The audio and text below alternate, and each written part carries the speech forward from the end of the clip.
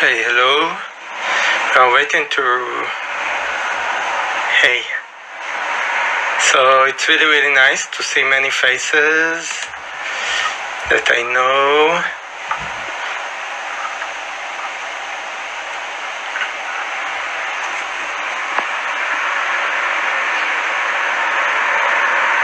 And we are waiting to Rachel Mason. So it will take a little bit.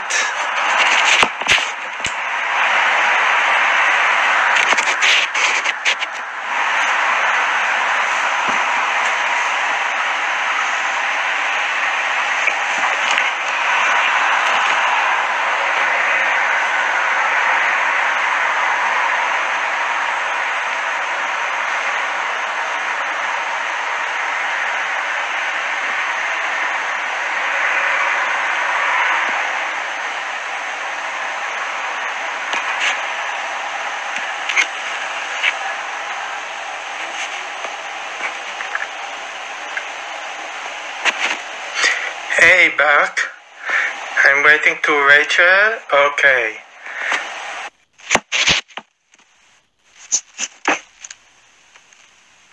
Hello. Hello. Oh my God, let me see your shirt. Hi, it's Rachel here. Hey. Hi. How are you? Yes. I'm so happy.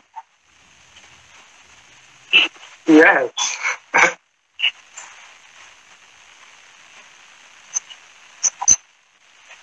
Yes, I'm waiting.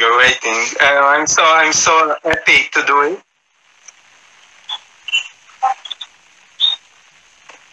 Do you hear me well?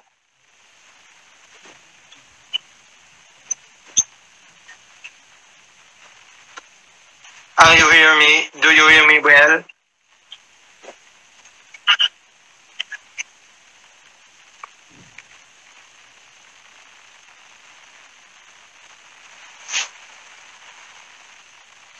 Okay. Hello, Shomayim Ata. לא שומעים אותי? Yeah. Oh, they're saying we can't hear Rachel. Okay, can you hear me now? Can you hear me? I hear you, but Okay. Okay, Hola. excellent. Okay. King Fluid Now it's much better. song is on. That's Buck's daughter. Hi, Becky. We have so many cool people here. Okay. Yeah. I love trying to read Hebrew, and it goes to show you how my Hebrew school is finally paying off. All those years of So let's say some Hebrew. Do you know dirty words in Hebrew? Oh, I wish I knew dirty words in Hebrew. I barely know any clean words. I know. Oh my God. I'm sorry. Classic American Jew is what I am. I can tell you, I can sing some songs. Okay. And when we, I can tell you that when we were in Hebrew school, they would always say, "Sheket bavakasha." Hey. Okay. Quiet. Shut the F up. Okay. No dirty words in the Jewish school, huh? Oh, I need to learn some dirty words. We will do it in private. I think. We can do it now. We can say some. I can teach you some words. Teach me how to say asshole. Oh wait, here's my special guest creeps in. Yeah. Say Boker Tov. Boker Tov. It's Laila Tov over there. Laila Tov over there. But it's Boker Tov here. So that means good morning. You say shalom. It's a good night already. 9 p.m. It's nighttime. Someone said, LOL, not sheket bavakasha. That means be quiet, please. Well, I'm so excited because we've been in touch. Yeah. And we had the plan to do the Israeli premiere at 6th of April. I know. And then the Corona had other plans for us, huh? The Corona bitch showed up. We call her Shishi La Rona. We call her La Rona. Shishi La Rona is her porn name. For anyone who wants to watch dirty porn, it's called Shishi La Rona. And she likes it. We gotta be. We have to be clean. Yeah, you do. So I want to say that I already wrote you that after I watched the movie. The movie has so many layers. It's your private story. It's your family story. It's the history of the LGBT and the gay, especially the gay community. Totally. It's about democracy. It's about freedom of speech. It's in so many important subjects in one very personal story.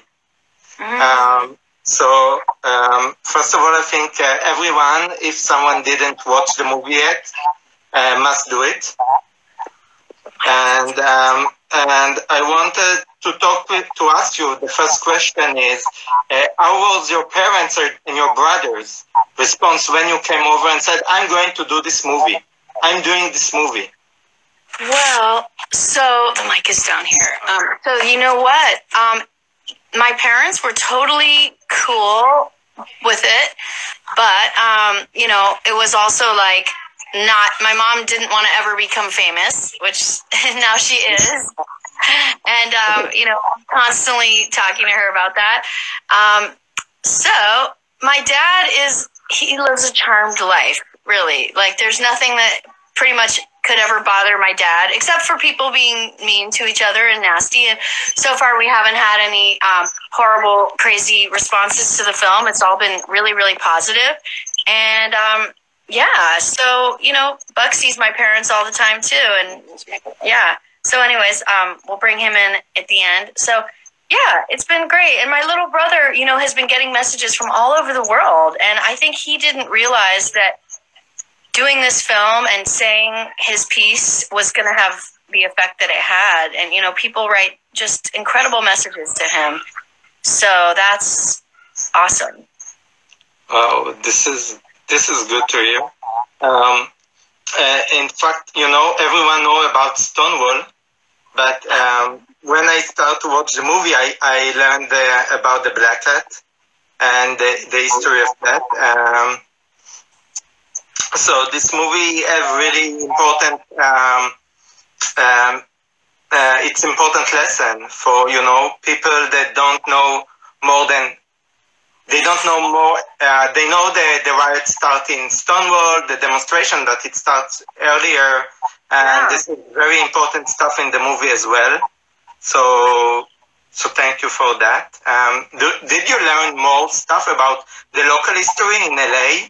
Through the research? Yeah, and by the way, hello to people from Greece. That's awesome. I've been amazed at the people. I had somebody write me from Kenya yesterday, Brazil, Japan. It's really amazing when you have a film that goes like this far. Israel, it's really incredible. So I just want to say, I think there's gay histories in many parts of the world that are still not known. We don't know about Israel's rights, gay historical. I have no clue. And yeah, we know about Stonewall because, that was really important. Hi, Argentina. And I don't know about what, the Argentina struggle for gay rights. And I want to know about all of these different historical struggles. And I live in LA, and LA has really got this amazing story that these people, if you look at the pictures in that, protest, they were scared. And Alexei Romanov tells the story. He said the people who were protesting were not happy and excited like they are now. They were terrified. The cops, LAPD was horrible. LAPD, you saw how they treated these men. They actually put them into paddy wagons, which is what the police used to do when they would send them to jail. They would lose everything. They would lose their jobs. A lot of these men were living in the closet and had kids and wives. Many of them committed suicide after they were outed. It was I mean, our history is tragic. You know, it's a really horrific thing. And so I feel like all over the world, there's got to be more stories like this. And I just told my little story, and Los Angeles is a very big city. You know, it's huge. In America, we still don't know LA's story. So I'm just grateful that the elders are still here and I can talk to them. And I really encourage other people to talk to the elders and wherever you are. You know, the old gay Israelis, I want to know about what their lives were like. You know, it's so interesting. Yes, I think, your movie played in LGBT Film Festival and, mainstream film festival.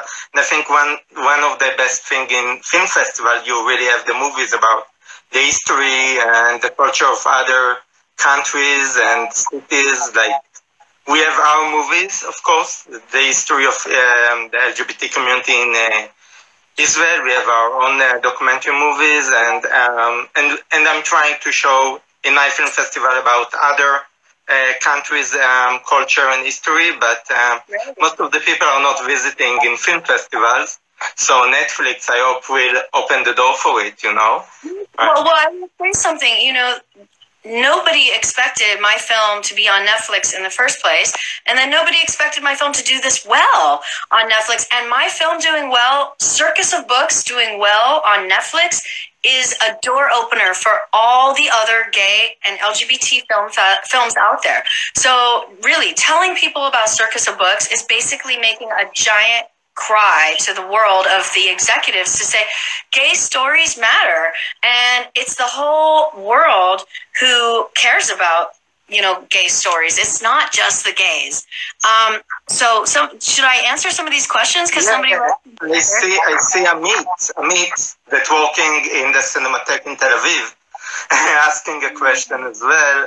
What was the response of your relative who want to wear? Yeah, I'll respond to that. Thank you, Amit. It's really nice to meet you. And I have to say it's really special when I talk to people who are both queer and Jewish or in the community, because that is, the Jewish community is tiny. We are actually very small, and I really mostly am not a part of anything that's super Jewish or, I'm in the mainstream in America. And so occasionally I'll speak to a Jewish group. And I have to say, part of my family is still very conservative and also homophobic. And not all, but there's a part of it. And it's, a part of my family. I don't know if they'll ever see the film, but most of my family is really awesome and wonderful and excited and happy about it. So I have to say I'm really lucky. But, we got a response yesterday from somebody who, said they were an ultra-Orthodox gay man. They were raised ultra-Orthodox. And, oh, my God, I can't even imagine. He talked about getting kicked out of his house. That you are dead to me was what his father said to him. And, that those are words that can be uttered from a Jewish person. I actually think is so sick and depraved, and to me is the opposite of what it means to be Jewish. I don't really, it really disturbs me, but it also is what happened during the AIDS crisis with many people who claim to be Christian. And in this country, the United States is still a very Christian conservative country. And so, I'm disturbed by ultra religious views. Of course, how could I not be? But for me, I guess it hits particularly hard when I hear about it from within the Jewish community, because my mother was just this close to having that exact same kind of terrible reaction. And somebody's responding something. What did you and your brothers think your parents did until we were old enough to find out the truth? So I thought they had a store with a cool name, but I didn't know why we weren't allowed to tell the name of that store to anybody. And I thought every store had an over 18 section. Wow. Yes. I live in the Jewish country, so I know all these stories about, the religious, families that kick out the kids because they are gays or lesbian or trans, or even just want to be seculars, They don't believe anymore in Judaism. They want to be seculars and they kick them out, So I love the films that we've been seeing. Like, we just saw some film. What was it? It was about the Orthodox community. And, you know, I feel like what we're just learning right now about the Orthodox experience and the pain that those people go through. Oh my God. You know, there's another one called Trembling Before God. Wow. I really hope everyone can see that movie. It's just such an important thing to look at our religious societies and those people, like, the way that we can embrace them, I just, you know, it's very, very painful. So here, I'll answer a few of these. What advice would you give young LGBT filmmakers?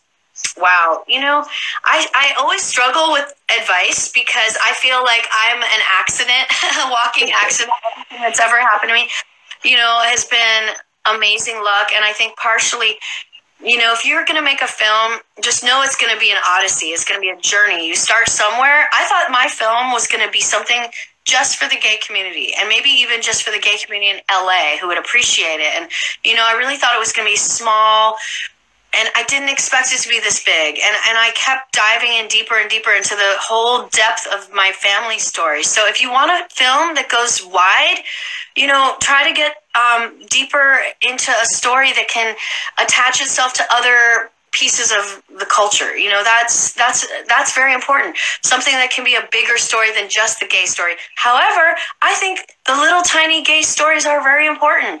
You know, that is part of our historical record. It's unwritten. And you might want to make a film that's just about, you know, like there's a movie called Jules Catch One, and it's just about this amazing bar here in LA. And those are really great. And, you know, anything you can do that you're passionate about, I would say. Now, this film is extremely interesting, yet the gay porn industry in the 1980s typically encouraged unsafe bareback sex. Ooh, can I bring in my special guest for this question? Because this is a good question for somebody who knows about the industry.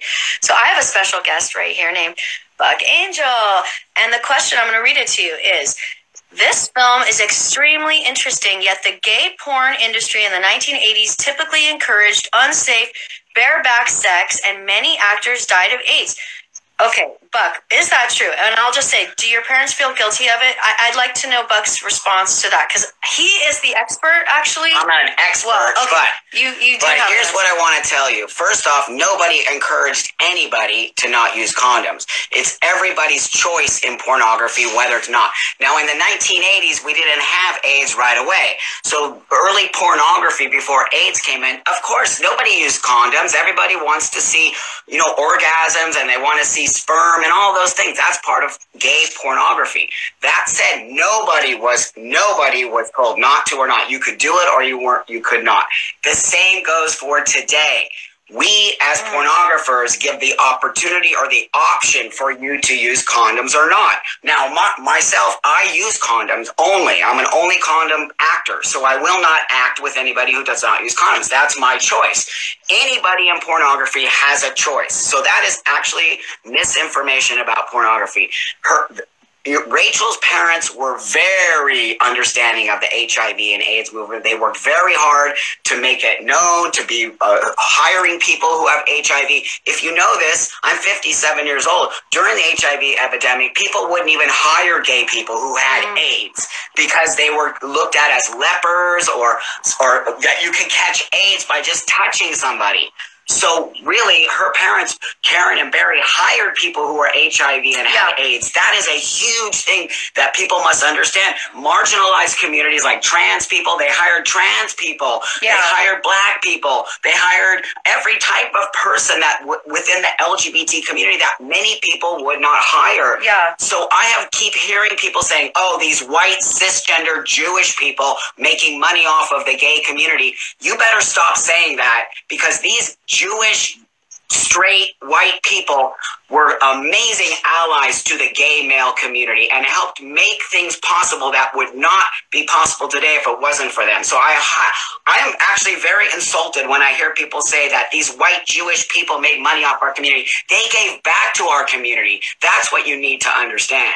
Well, another thing just to say, I really am glad you brought this up, because my mom makes this statement a lot, that when she had employees that she knew had AIDS, you know, the government in the United States was terrible to people with AIDS. I mean, it was actually like evil when you think about what they did.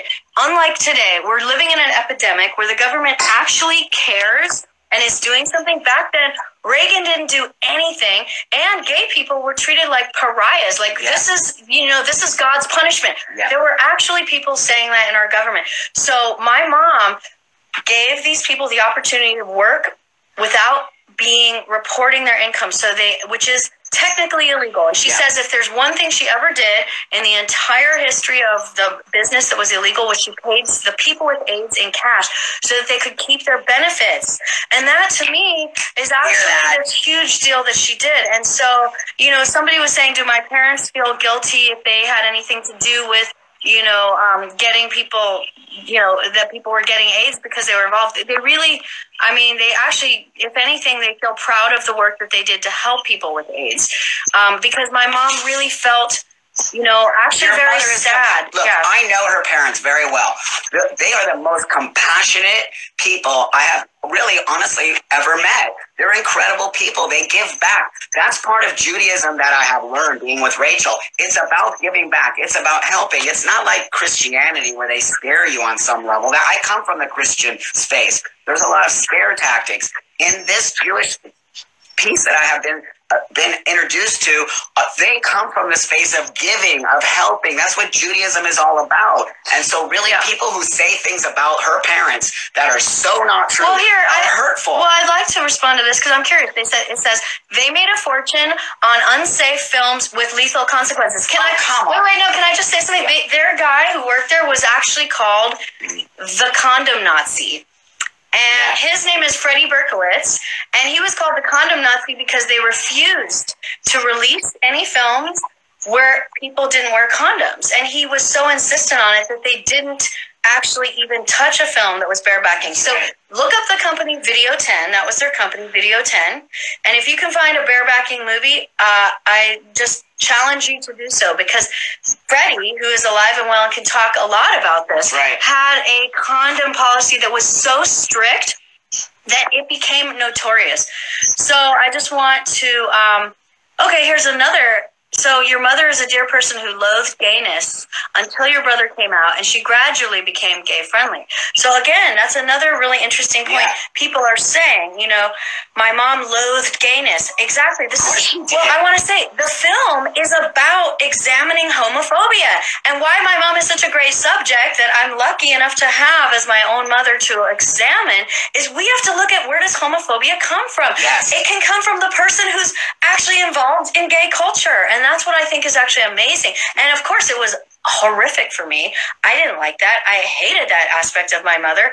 I really wanted to investigate it. And that's why this film is something that so many people who are still to this day homophobic can look at. And I'm really actually glad that my mom revealed the depth of her homophobia, because that, to me, was the thing that she is doing penance for to this day. She talks about it. She said, I was a homophobic asshole. Yes. And that's really important for people who are religious to hear. She is a religious person. And Christians, Muslims, Jews who are religious and struggling see a Karen Mason, turn it around and say, wow, okay, obviously the Bible has to be something that is wrong, because my gay kid is too fucking awesome for me to just look at this Bible and think I need to believe this. And for all those people that have exiled their gay children, I really pray that they watch this movie and look at the Bible differently. It's really the most amazing moment in the film for me, too. Why are we looking at this ancient text that was translated in a million different languages in this one way? This condemns homosexuality. Why? It's totally weird. There's a million different things in the Bible you can look at, but they focus on this one thing that's going to destroy a group of people. I find that really shocking, and I think it points to culture. I think it points to something in our culture that really can't stand, the pain and weirdness that is inside of us when it's different. I don't know.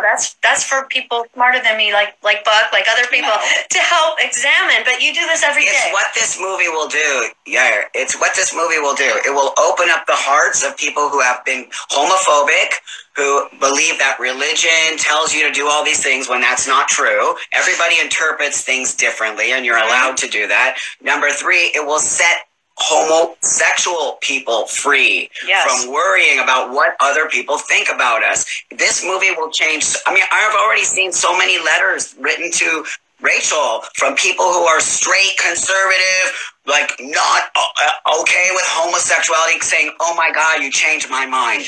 That is all you need to hear. And I've had some people write and say they finally felt like they could come out to their own mother because they saw how my mom figured out a way through her religion. So that's why I'm so glad she says I was a homophobic person, because, you know, people watching can see, you know what, I'm scared of coming out to my mother. Okay, did I ever come out to your parents? So I always say, you know, look at me. I've always been the artist. I've always been the weirdo.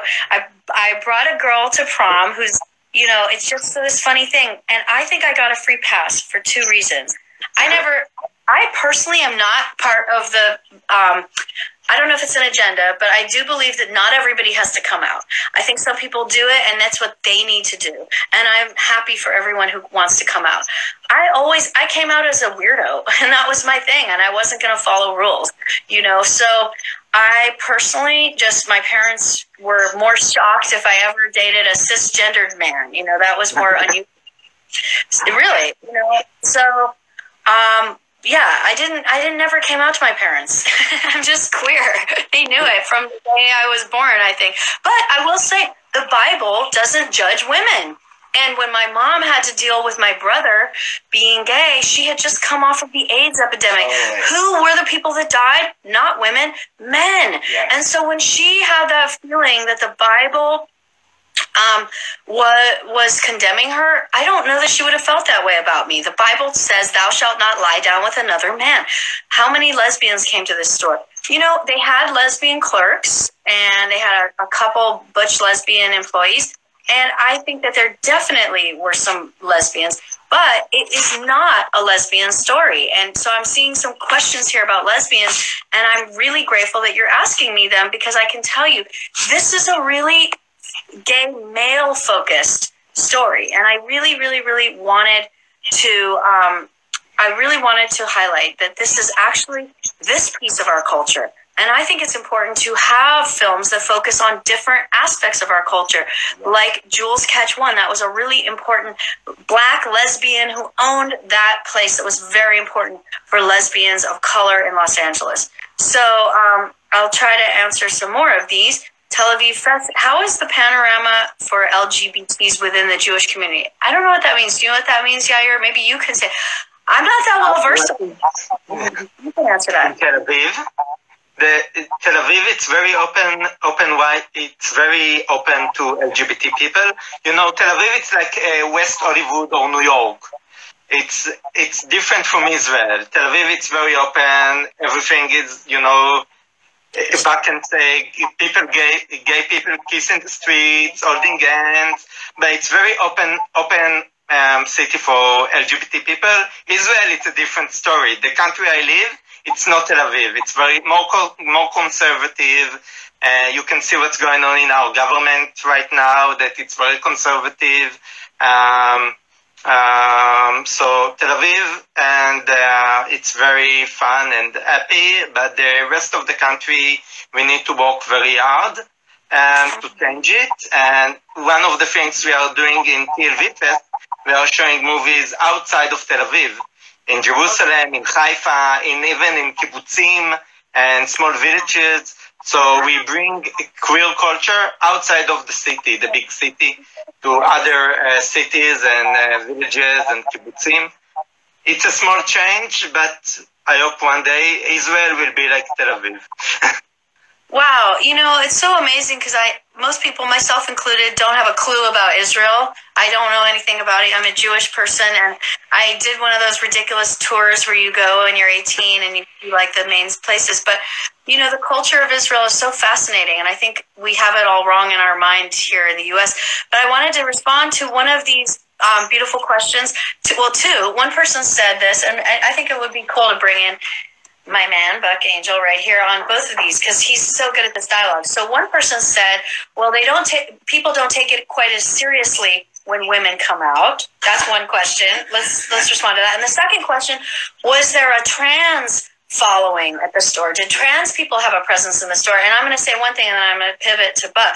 So the store was there when there was just gay, and trans was part of the gay community. There was nothing else. And, you know, Buck was in the store. That's where I actually found a magazine that had him in it, and the store actually carried his material, and there was like nothing else. There actually was no, you know, when you say what kind of trans products were there, there was nothing. It was just Buck. Buck paved the way, right? Yeah. But you paved the way for the entirety of it. So now I'll ask Buck those two questions about are women taken less seriously when they come out, and then come out as gay? Yeah. Because somebody said that. I don't think women are, and that's a really blanket statement. I don't necessarily think that's true. Now, of course, it can be from situation to situation, but I do think men coming out, and we were having this conversation earlier, I do think that gay men have on some level a harder time in the world coming out because of masculinity and this idea that we have to be men and men don't fuck each other and all of these things that men really, when women are gay together and have these things, men sort of fetishize it on some level. It's not a threat. So it's not a threat to masculinity or male, and I think a lot of times that's the way gay men have a much more difficult time coming out, and they really have a harder time with themselves. That said, the trans question, her family hired transgender women who didn't pass, the women who don't get hired because they look like a man possibly to some people. And this is a really big, important part of the story. They hire people that would never get a job anywhere else because of the way they look. So you must understand how powerful that is. And I'll never forget, as a young queer lesbian dyke, walking into that store and seeing a woman named Dolly. Mm-hmm. And Dolly was one of those women who had a very deep voice. She was, you know, a woman, but sometimes people would look at you like, are you a man or a woman? And Dolly was a badass. Yeah. And Dolly was one of the best employees, I think. She was a Vietnam War veteran. Yes. And she was, my parents introduced us as kids, and she said, this is Dolly. And they never said, this is Dolly, and she has a male voice. And but they called her she. Before anybody knew about pronouns and misgendering and all of this shit, they called her she. That said, they also carried my products. No people would carry Buck Angel, the man with the pussy. Nobody would touch it in pornography. They were the first to carry my products. And that's where Rachel actually saw me like 20 years ago. But again, people must understand, stop trying to vilify. There are some people out there vilifying these people because they did this or this that you don't like. It's not about you. This is not your fucking story, and it's not about you. This is a story about a family that made it through to create something that changed the world. This movie will change. It makes me want to cry because this movie will change the world. And when people say the things they say about a beautiful family that literally created a space for gay men to have a safe haven, and you as gay people are saying things like, oh, they just made money. I hate that more than anything because you don't even know how much money these people give back to our community. Buck Angel, everybody. No, you know, I will say this. We have a problem in the queer community right now. And Buck is on the receiving end of the most insane shit I've ever seen. And I'm just going to say it because when I met Buck, he was somebody who I was like, oh my God, I want to send this movie to Buck Angel. Remember, I really just said, would you be willing to come to Outfest? You're a hero. You're somebody in the porn world who changed the world. And I actually had asked him to include an essay in a book, and I was like, wow, I was just honored. So, you know, yes, Buck does rock. People need to know. Buck really... People need to stop talking about stuff they don't know. Well, so I know, I'm 57. A lot of these young generational gays, they don't know shit. And when they say things like that, they need to stop it because this movie shows the reason why they have the things they have today. Youngsters have all of the freedom to do the things they have today. Yeah. We did not have that. Yeah. We had to sneak around in back alleys and do blowjobs and have sex with people because we were shamed as gay men. This is what you need need to see. Sit down, youngsters, and listen to what we're saying. This is your history of your gay history that enabled you to have your Instagram feed and show yourself off and be proud of being gay, which is exactly the point of Circus of Books. It is a historical film showing the reason why we get to be proud LGBT people today. Yes, and the thing I was about to say, which is so incredible to me, and I think it's very important for everyone to hear, is when you say, okay, boomer, to a elder in the gay community, you're a fucking piece of shit, because you don't, I mean, really, anyone who says that is so insane. And I can't even believe the language. People get mad at things Buck said on the internet. Now, as you can all see, Buck is a very passionate person. Very passionate. And that's awful. And we can have different opinions. Wow. Newsflash. We're not all the same because we're people. We're different. So, you know, and how many, okay, when you have two Jews in a room, you have three opinions. Did you know that? So Buck is Jewish. I'll say it right here in the TLVFest. You know, you're Jewish by proxy. I'm a Jew now. Honorary Jew. Right? Oh, Yair, can you christen him a Jew? For me, no. Baptized now. You're officially honorary Jew. You already got the honorary of TLVFest, now you're honorary Jew too. Heard it, world. It's real. I want to ask a few stuff about that I discovered in the movie. Okay, yeah, go for it. Back. I only through the movie I discovered that Jeff Stryker is gay to pay. Oh, I didn't know that. So this is something totally new for me, you know. Wow. I'll say, okay, I'm gonna say very little about Jeff Stryker here because there's a possibility that you'll find out a lot more about Jeff Stryker in the coming years. Who knows? I've learned a lot about Jeff Stryker, and I think he reveals something about gay culture. Just simply, learning about him has been a fascinating thing. We are going back to the closet with all apps, online intersection. There's almost no more LGBT places to actually go and visit and be out. You know what? That's actually a very good point I'm reading about. Yeah, right there.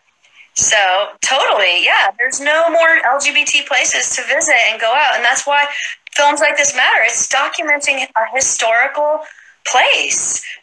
Instagram is kind of amazing on the one hand because you can connect with Buck. You can connect and say, hey, I'm so grateful to meet you.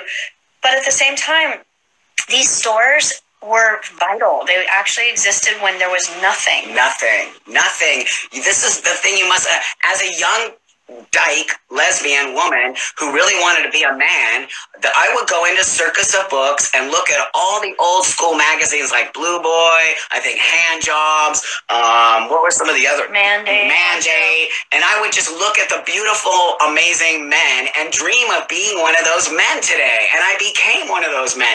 But if I didn't have the opportunity to look at beautiful male sexuality and bodies, I don't think that it actually would have helped me become the best gay man I am today. Seriously, I'm not kidding. So this is the thing youngsters take for granted. You just go on the internet now, right, and you punch in gay porn, and there's a shit ton of it for you. On your phone. We didn't have that opportunity. We had to find bookstores like Circus of Books. Yeah. So really understand the real important, powerful message behind that. You kids have such a privilege of looking at porn today without anybody saying anything to you. We did not have that opportunity. Yeah. It's a privilege when it's you think about it. Yeah, and I think that's where the elders come in. They have to remind people because you don't remember, and also people have to be reminded of what happened in the AIDS crisis. Mm-hmm. I keep meeting people that just simply don't know about it.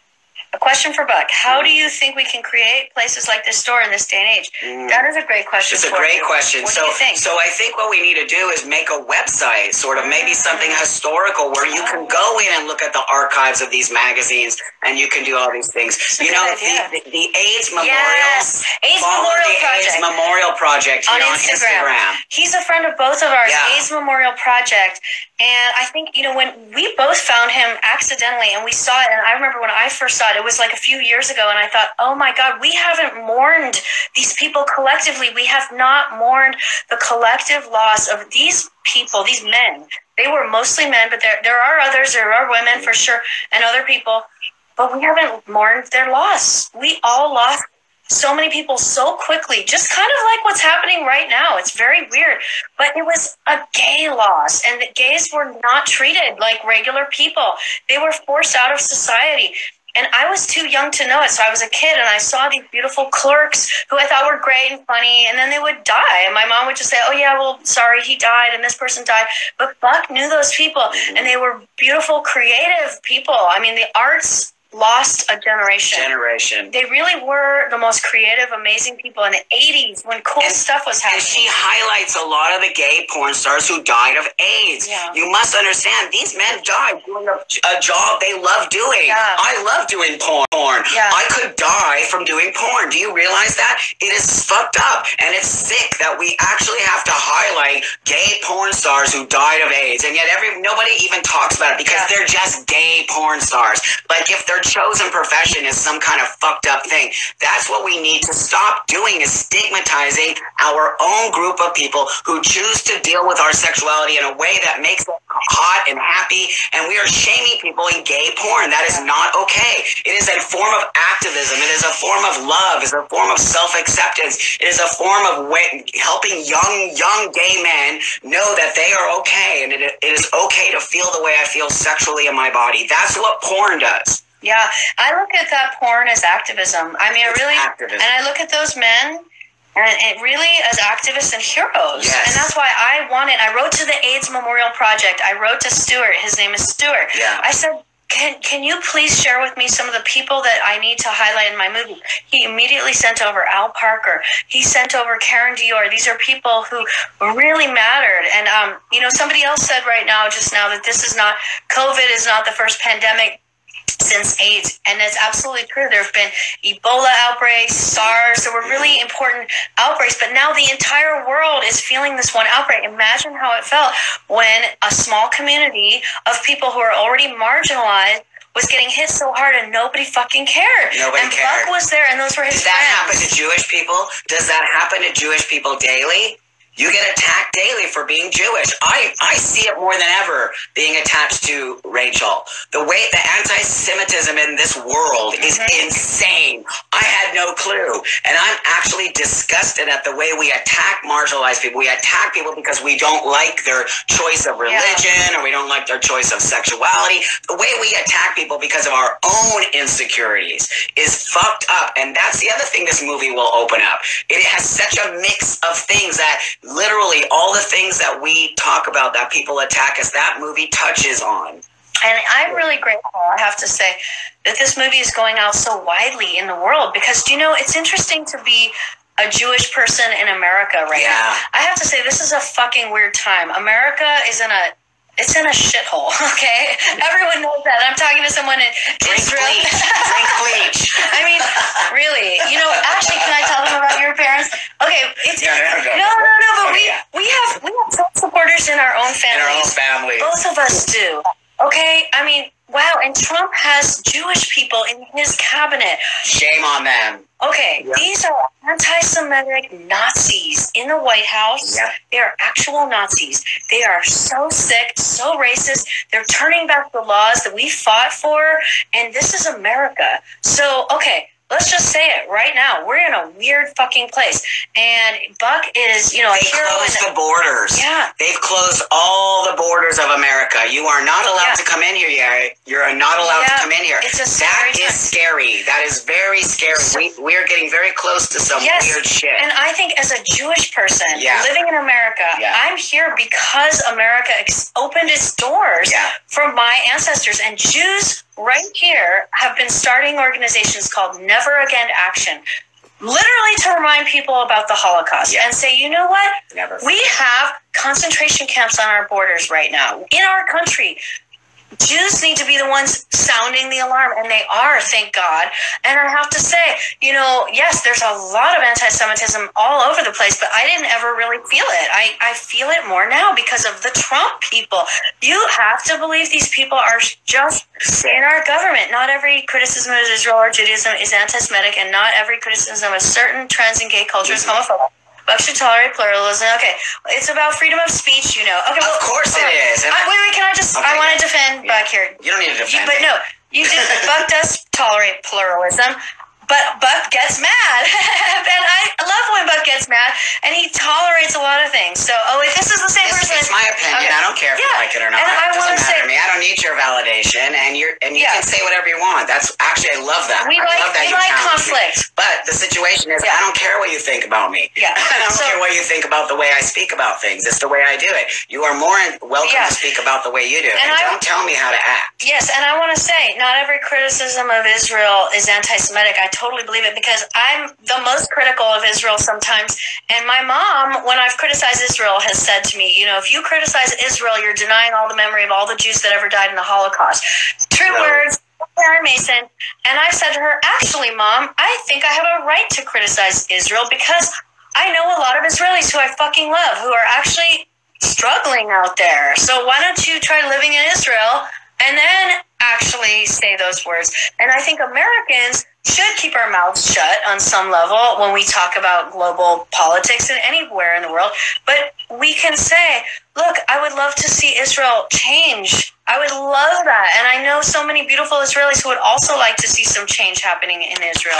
And I think, anyways, these are important things we're talking about here. So, I think this guy, the Advagad, it's just, is he writing, oh, this one person? Yeah. Just ignore. Let's ignore. Throws things. Who cares? But I love all these people. I don't know if the situation about U.S., but New Zealand closes borders because of COVID, and it worked out there. No, and we know what? There is some truth to closing borders for a time being, I guess. But who knows? I disagree. Okay. I disagree, but that's okay. Yeah. I disagree with you. Once you start doing things like taking away people's right to say what they want to say, once you start taking people's right to travel freely in the world, this is the United States of America. It is not Nazi Germany. I disagree with you. If I don't want to travel, I don't want to travel, and I won't. But if I want to travel, I want to be able to travel. So why should my government tell me I cannot travel? I'm in disagreement with you. I want to show you a cool thing. Look at this. A person wrote this. In Hebrew, there's a word for holy anger, and that's what you have. And it's called, anger. What is that word? Karon Kodesh. And it's, what did you say there, Yair? What does that mean? It's a cool word, because I actually think Buck does have that. I do. I get very passionate about my beliefs. I'm not saying I'm perfect and I'm the best. It's just my beliefs. People need to understand that always. I'm very passionate about the way I speak. So now there's a Hebrew word for it. But it doesn't mean I'm right. It just means I'm Yeah. You're Jewish. Let's ignore it. Yes. So I understood there is a hint about your striker next project, maybe. Hint. Oh my God.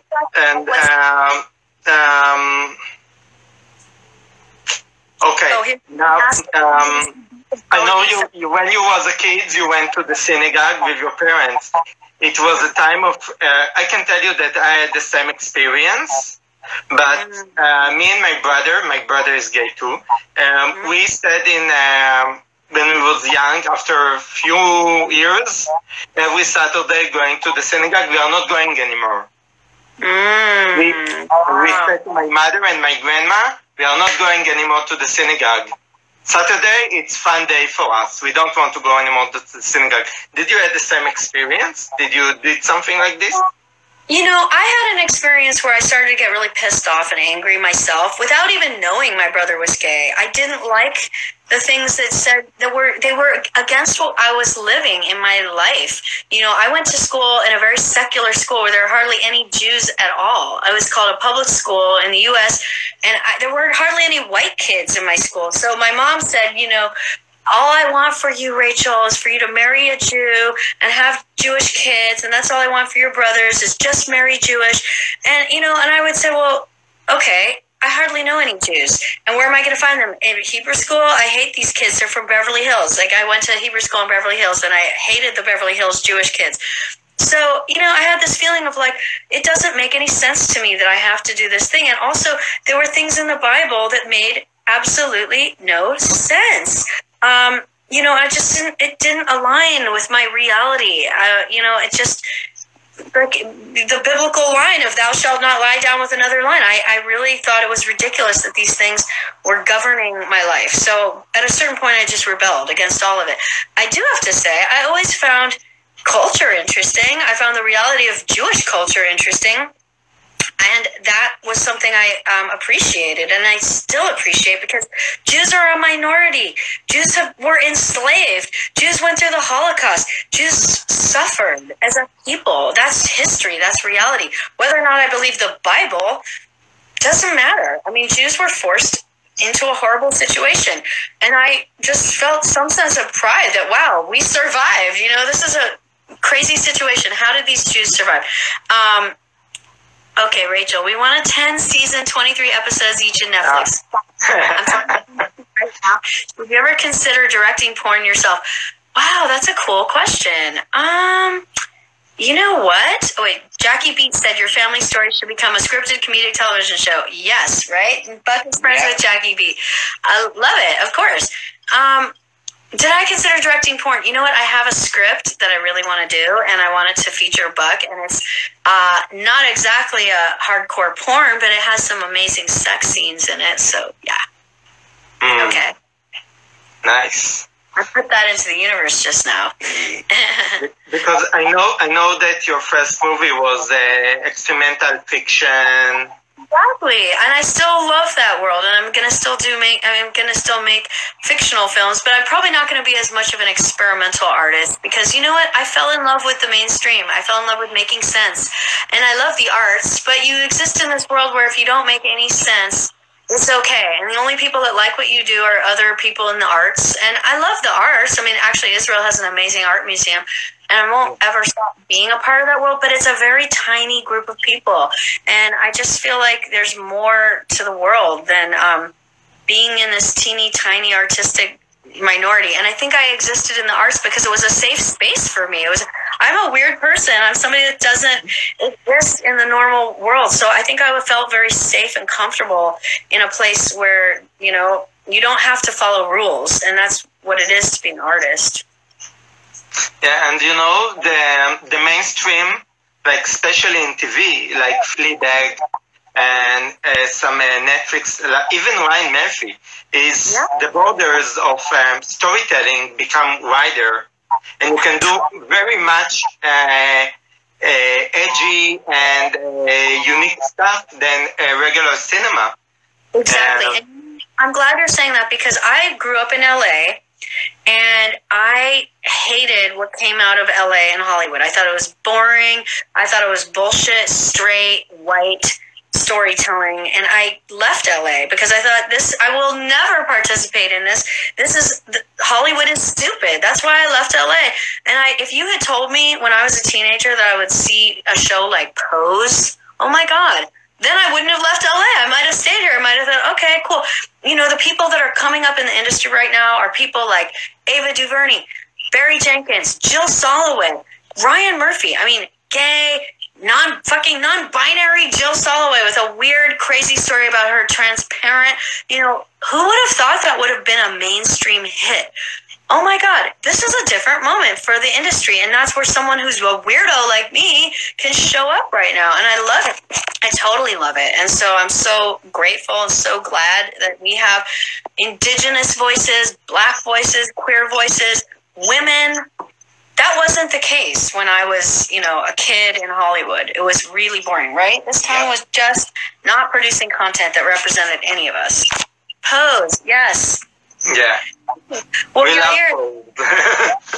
So, all right. Well, thank you all so very much. Yes. Thank you for doing this. And we totally will visit, right? Because people are asking if Buck is going to come out. And I love Tel Aviv. I love the people there. Israel. It's such an amazing experience for me. I'll be back. Yeah, me Beautiful too. And my people. parents actually love Israel too. It says this documentary was absolute medicine for the soul. To see such great content, I'm inspired. Well, thank you. Thank you to all the people who love this film, and to everyone who's sharing this movie and telling the world about it. You are sharing to the world a story that will help other filmmakers who are queer, who are not mainstream, get their films out. Netflix is listening. Thank you, everybody. Bye. Thank you. Thank you. Bye-bye. Love you.